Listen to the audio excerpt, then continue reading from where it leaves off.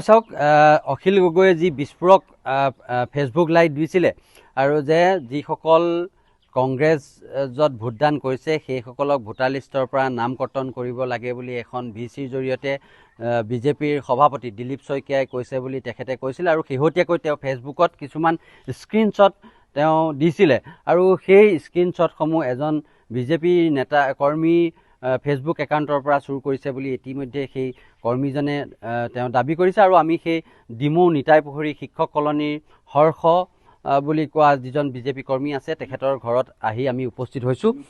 আপোনাৰ সম্পূৰ্ণ নামটো প্ৰথমতে মই জানিব বিচাৰিছোঁ। মোৰ নাম সম্পূৰ্ণ নামটো বিনোদ কোঁৱৰ, এনেই মোক হৰ্ষ কোঁৱৰ বুলিয়ে জানে, কিন্তু মোৰ প্ৰকৃত নাম বিনোদ কোঁৱৰ। হয়, এতিয়া এটা কথা মই পোনপ্ৰথমতে জানিব বিচাৰিছোঁ, যি বিধায়ক অখিল গগৈয়ে ফেচবুকৰ জৰিয়তে কেইটামান ফেচবুক স্ক্ৰীনশ্বট দিছে যিবোৰ আপোনালোকৰ VCখনৰ স্ক্ৰীনশ্বট, আৰু সেই স্ক্ৰীনশ্বটকেইটা আপোনাৰ ফেচবুক পেজৰ পৰা চুৰ কৰিছে বুলি কৈছে, কথাটো কওকচোন।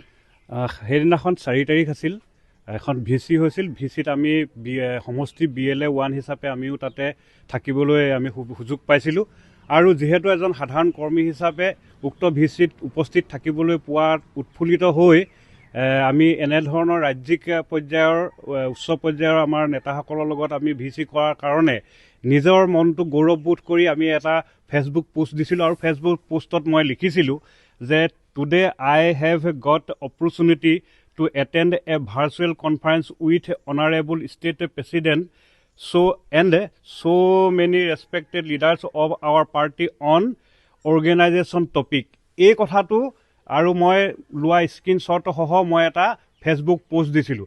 মোৰ ফেচবুক পোষ্টৰ ৱালৰ পৰা মোৰ ফটোসমূহ চুৰ কৰি বিধায়ক অখিল গগৈয়ে বৰ্তমান সময়ত সমগ্ৰ অসমৰ জনসাধাৰণক এক বিপথে পৰিচালিত কৰাৰ তেওঁ অভিসন্ধি ৰচনা কৰিছে আৰু আমাৰ ৰাজ্যিক সভাপতি তথা মাননীয় মুখ্যমন্ত্ৰী ডাঙৰীয়া ভাৱমূৰ্তি ম্লান কৰাৰ বাবে তেখেতে কিছুমান মন্তব্য কৰিছে। এই মন্তব্য যুক্তিহীন আৰু ভিত্তিহীন। তেখেতৰ নিচিনা এজন বিধায়কৰ দৰে তেখেতৰ পদত থাকি ইমান তৰল কৰ্ম আৰু নিকৃষ্ট কৰ্ম কৰি আমাৰ নিচিনা সাধাৰণ কৰ্মীক তেখেতে এই গোটেই প্ৰক্ৰিয়াটোৰ মাজলৈ টানি আনি সন্দেহৰ আৱৰ্তত তেখেতে যি পৰ্যায়লৈ লৈ গৈছে আমি ধিক্কাৰ জনাইছোঁ আৰু গৰিহণা জনাইছোঁ। তেখেত ইতিমধ্যে অসমৰ ৰাইজে তেখেতক জানিছে, তেখেত এজন মিয়াৰ দালাল, মিয়াৰ হৈ তেখেতে ওকালতি কৰি অসমখন আমি মিয়াৰ হাতলৈ যাবলৈ নিদিওঁ।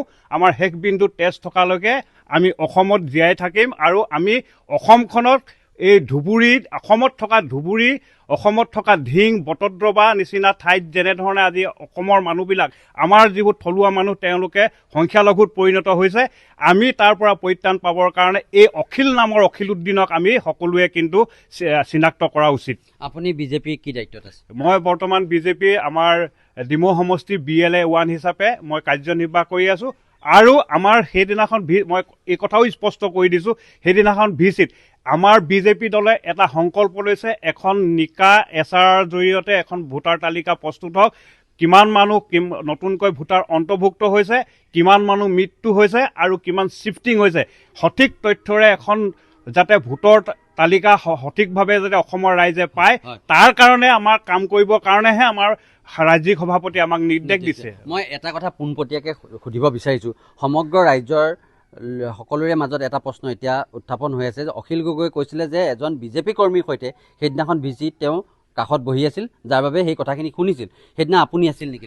মই মোৰ ঘৰত আছিলোঁ, মোৰ ঘৰ নিতাই পুখুৰী টিচাৰ কলনী, আৰু সেই অখিল গগৈ ক'ত আছিলে, অখিল গগৈৰ লগত কোনো মোৰ যোগাযোগ নাই, যোগসূত্ৰ নাই, মোৰ তেওঁৰ লগত কোনো ফোন নম্বৰো নাই আৰু তেওঁক মই ব্যক্তিগতভাৱে এবাৰ মাত্ৰ তেখেতক আমি নগাঁৱত সেই সময়ত মই কংগ্ৰেছত থাকোঁতে এলায়েন্স হৈ থাকোঁতে এই লোকসভা ইলেকশ্যনত মই তেখেতক সাক্ষাৎ পাইছিলোঁ। তাৰ বাহিৰে মই অখিল গগৈক মই কোনো ধৰণৰ কোনো কথা নাজানো। হয়, এতিয়া আপুনি ক'ব বিচাৰিছে যে অখিল গগৈয়ে যিখিনি ফেচবুক পোষ্টৰ জৰিয়তে আপোনালোকৰ VCৰ স্ক্ৰীনশ্বট দিছে সেইখিনি আপোনাৰ ফেচবুক ৱালৰ পৰা চুৰ কৰিছে? হয়, মোৰ ফেচবুক ৱালৰ পৰা চুৰ কৰা তেওঁ যিমানখিনি তেখেতে সংবাদ মাধ্যমত যোগান ধৰিছে সকলোখিনি মোৰ স্ক্ৰীনশ্বটৰ পৰাই, মোৰ ফেচবুক পোষ্টৰ স্ক্ৰীনশ্বটৰ মই দিয়া ফটোসমূহে তেখেতে চুৰ কৰি সেইবিলাক যোগান ধৰিছে। হয়, আৰু এইজনেই সেইজন ব্যক্তি যাৰ ফেচবুকৰ ৱালৰ পৰা অখিল গগৈয়ে কিছুমান ফেচবুক স্ক্ৰীনশ্বট ডাউনলোড কৰিছিল আৰু যিসমূহ তেখেতে নিজৰ ফেচবুক আৰু সংবাদ মাধ্যমলৈ প্ৰেৰণ কৰিছিল। আৰু এতিয়া সমগ্ৰ ৰাজ্যত যি চৰ্চা চলি আছে যে ভোটাৰ লিষ্টৰ পৰা কংগ্ৰেছক ভোট দিয়াৰ যিসকল লোক আছে তেওঁলোকৰ নাম কৰ্তন কৰিবলৈ দিলীপ শইকীয়াই নিৰ্দেশনা দিছিল, তেনেকুৱা কিবা নিৰ্দেশনা সেইদিনাখন দিছিল নেকি? আমি হিন্দু সনাতনক বিশ্বাস কৰোঁ। মা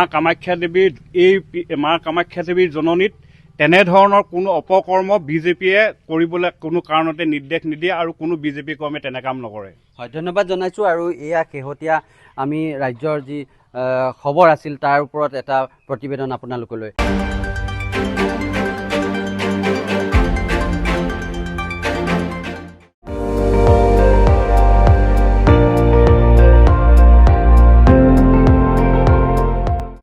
আপুনি চাই আছে ND24, সৰ্বশ্ৰেষ্ঠ নহয় সৰ্বোত্তমৰ দৌৰত।